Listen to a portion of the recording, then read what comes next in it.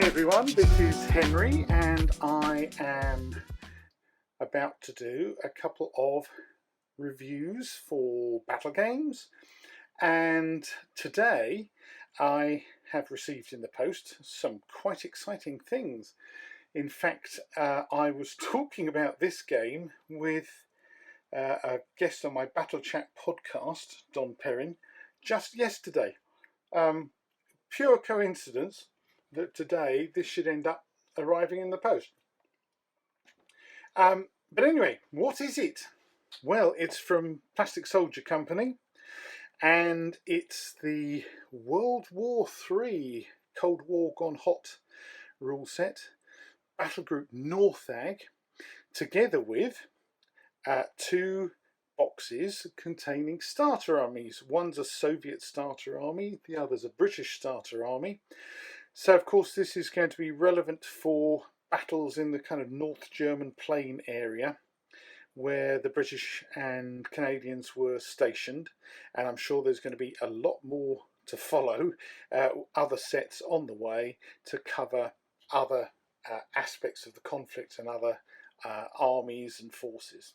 But anyway, for the moment, and this is just straight out of the box, I've never seen these before, I've literally just taken them out of the box. Let's move those out of the way and have a look at this book. It's Battlegroup Northag from the Plastic Soldier Company, and of course the name Battlegroup implies that it's of the same stable as all their Battlegroup World War II type books that were written by Warwick Kinrade.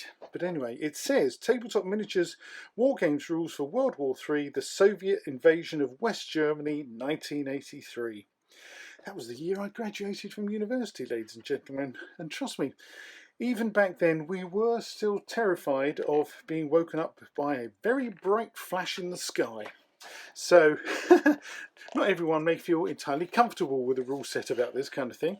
So anyway, here we go. This is Battlegroup Northag Part 1, The End of the Cold War, 1983. So there we go. I quite like the ring binder pull-out kind of look.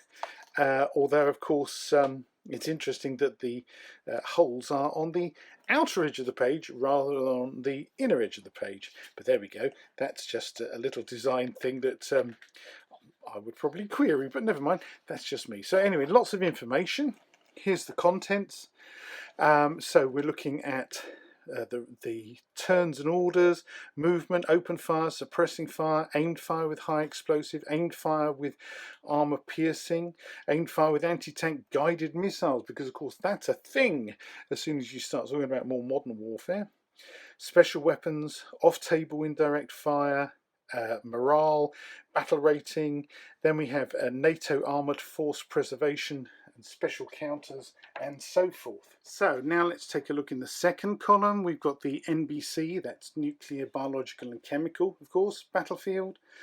We have air power, including helicopters and timed airstrikes, battlefield engineering, unit special rules, and then we have army lists for the Red Army Arsenal, including Russian infantry teams, Russian armoured battle groups, British Army of the Rhine Arsenal, British Army of the Rhine armoured battle groups, scenario, objectives, and then we have all kinds of equipment data for the Russians, the British designers notes, battlegroup roster, rules QRF, a quick reference sheet, and battle rating counters.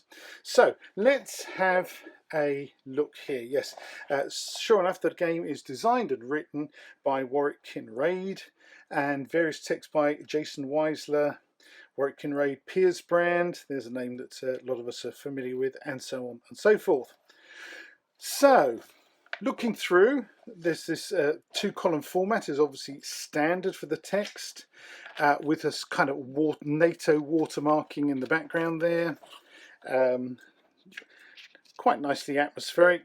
This is secret at the top there. Interesting that they've gone for a kind of very almost typewritten look here with the subtitles underlined, sort of standard text and underlined rather than actually being made bold. Some pictures of stuff which just seems to be generally illustrative so far. Here we've got some labelled Russian items and so on. This is the movement rules. So it's very neat and tidy. Here's some chieftain tanks somewhere in West Germany. So it's not overly illustrative. There's not been any diagrams so far, but I'm quite certain, as is the case with all the battle group stuff, there's going to be online groups that you can go and consult about some of these things. Here we are. Where are we up to? Special weapons, man pads, man portable air defense systems, auto cannons, DPI, CM, artillery ammunition. I've got to say that Cold War stuff, let me be honest with you, Cold War stuff leaves me a bit cold. It's not really my thing, but I think that may have something to do with having grown up in the Cold War era. Perhaps makes me slightly uncomfortable still to contemplate playing games set in the Cold War, but obviously horses for courses, you know, it's up to you. Here we go to battle ratings and special counters. We've got gunships here, which of course they're so common in modern warfare. You know, you can't think of a conflict like, say, Afghanistan, the Russian invasion of Afghanistan, without thinking about helicopter gunships, and of course they would have played a role in Europe. Nuclear strikes, you know, this is where some people probably will part company with a rule set like this, because it does, you know, could have been literally part of life. Tactical nuclear strikes. Higher Commander being given clearance to launch a tactical nuclear strike on this battlefield. If this counter is drawn and the player has taken the critical battlefield special rule, then things may be about to go nuclear. See the NBC section of the rules. And there's gas counters as well. So they're not shying away from the potentially unpleasant aspects of modern warfare. Air power. So there's helicopters, there's airstrikes, battlefield engineering, more special rules like claymore mines, vehicle repair and recovery, amphibious, special anti-electronic warfare. Here we go. Ground radar, NATO armoured force preservation. There we are. There's a very typically Cold War sort of scenario. Lots of British chieftain tanks and armoured personnel carriers there. More army lists. And obviously in here there's descriptions of what the roles of these things would have been. Here's the Red Army with its fire teams, anti-tank teams, command teams, sniper teams, weapons teams. Here we are, Russian vehicles in this photo here. So this gives you a pretty reasonable idea that it's very neat and tidy, you know, nicely laid out. It's interesting that it's using blue and red ink through most of it for the text. That's an interesting choice. Big Russian helicopter disembarking troops in this photo. That's a nice photo, that, actually. And of course you're going to be looking at terrain and building models suitable for the 1980s, where of course, particularly in North Germany, you still have lots of traditional houses and farms and that kind of stuff, but also lots of very modern kind of square block buildings, concrete buildings, shops, all the kind of modern shops and facilities that you'd expect. It does make fighting in the North German plain area an interesting proposition, because of that big mixture of kind of old and new in terms of the look of the thing. Here we got scenarios, excuse me, an escalating engagement, and various objectives and so forth, army lists, and finally some designer's notes that may be some of the more crucial areas to look at. It says, I'll look here at the top left, it says Battlegroup Northag is not a skirmish game or even has any real option to play as a small skirmish game. The brief was for a battle game of big fights with lots of tanks and all other support units too. I aimed for a maximum of a Russian tank battalion on the tabletop, which is 30 odd tank models, facing off against a British tank squadron, so around 10 to 12 chieftains. It was a far bigger game, a step further up the command hierarchy, and therefore also a step further away from the front line for the commanders in charge, the players. Some detail would have to go and gameplay be sped up. 30 tanks would be a large and long game of Battlegroup. And as he says, as far as the rules go, many things will be familiar to current Battlegroup players. So they're very useful, nice explanation in the design notes. And here at the back, some counters, which you can photocopy or cut out and reprint out. And quick reference sheets. Always a useful thing in any rule set. Quick reference sheet, couple of sides.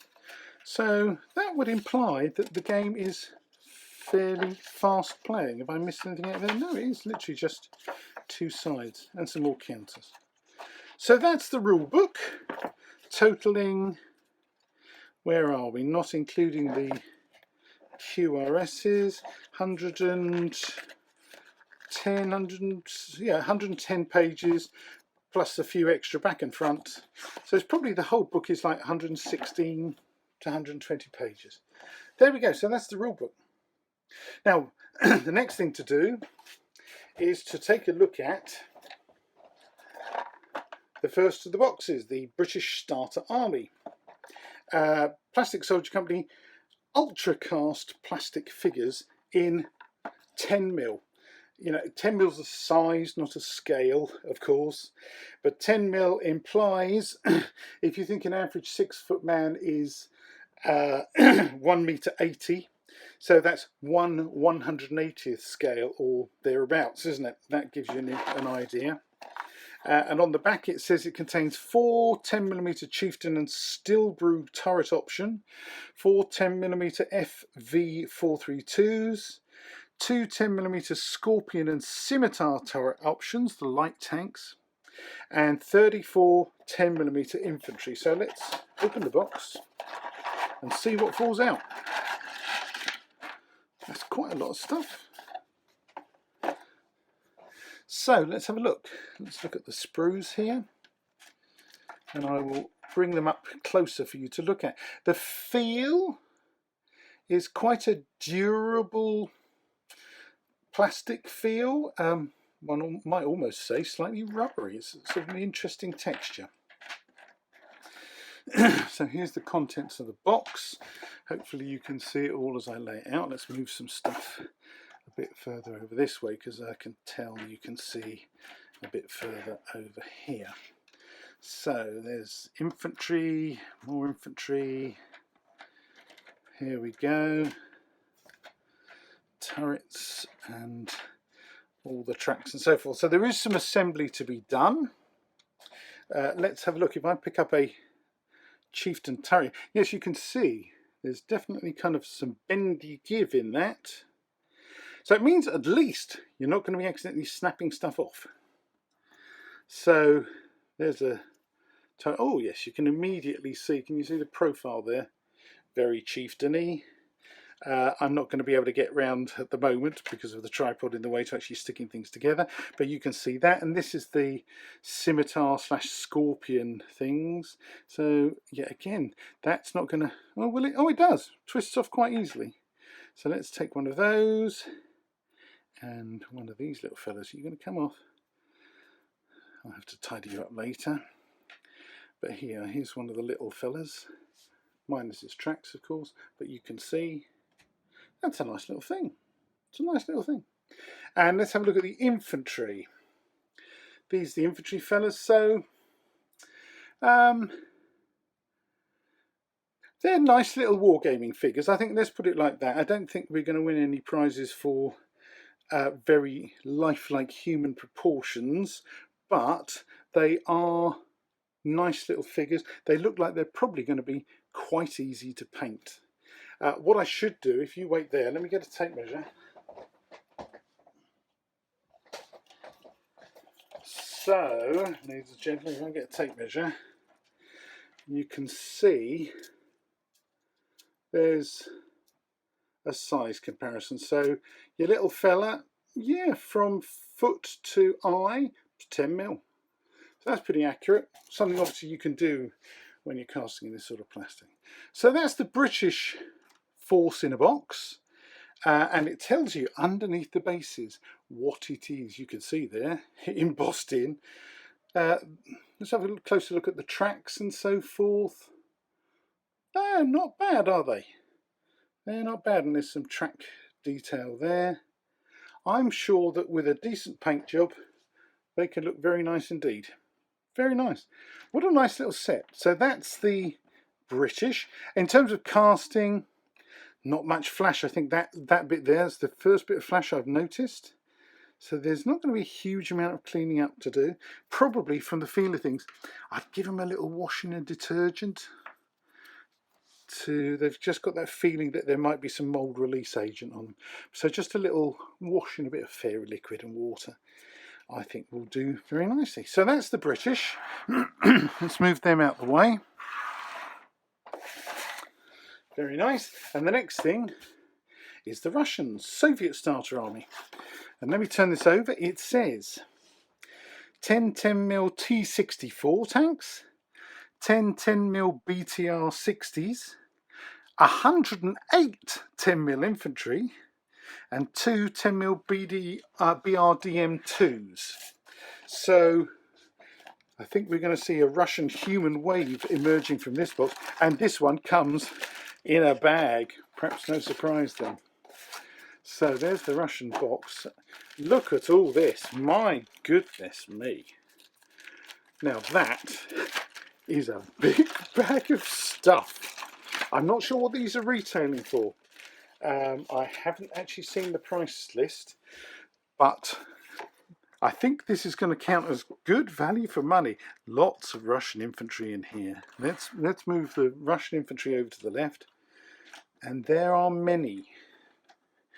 There are many, many, many, many, and of course this is what NATO always feared, that there's many, many, many, many of the Soviets, and quite a few of them are included in this box. Look at them all. Wow. Is that all the infantry? I think that's all the infantry. So here we are, we've got vehicles now. Obviously some of them are the wheeled vehicles, and there's a lot of wheels. Gosh, look at all these wheels. Wheels, wheels, wheels. And here we got, so here's the BRDMs. They're the wheeled vehicles. More wheeled vehicles. Tanks, there we are. More wheels, lots of wheels. You're not going to be short of wheels, folks. You get in the picture. Wow. There's lots of these. Can you see it all as I'm laying it out? I might have to squeeze things up more at this rate. Here we go. Lots of tank turrets. Tank bodies. Wow. Look at, here's all the BRDMs, all the wheeled armoured personnel carriers. Sorry for jogging you there. Gosh. Look at that lot. That is astonishing. I think there's no other way of putting it. That's an astonishing lot of stuff. And again, mould detail looks good. Exactly the same kind of resiny stuff. Here's, let's see if we can walk off a tank turret without busting anything. Carefully. They pop off. As long as you hold them firmly, they seem to pop off quite nicely. Let's go. I've got a tank hull there. Oh yes, look, that's that classic long gun, big long gun, Russian profile. Can you see there? There's the thing.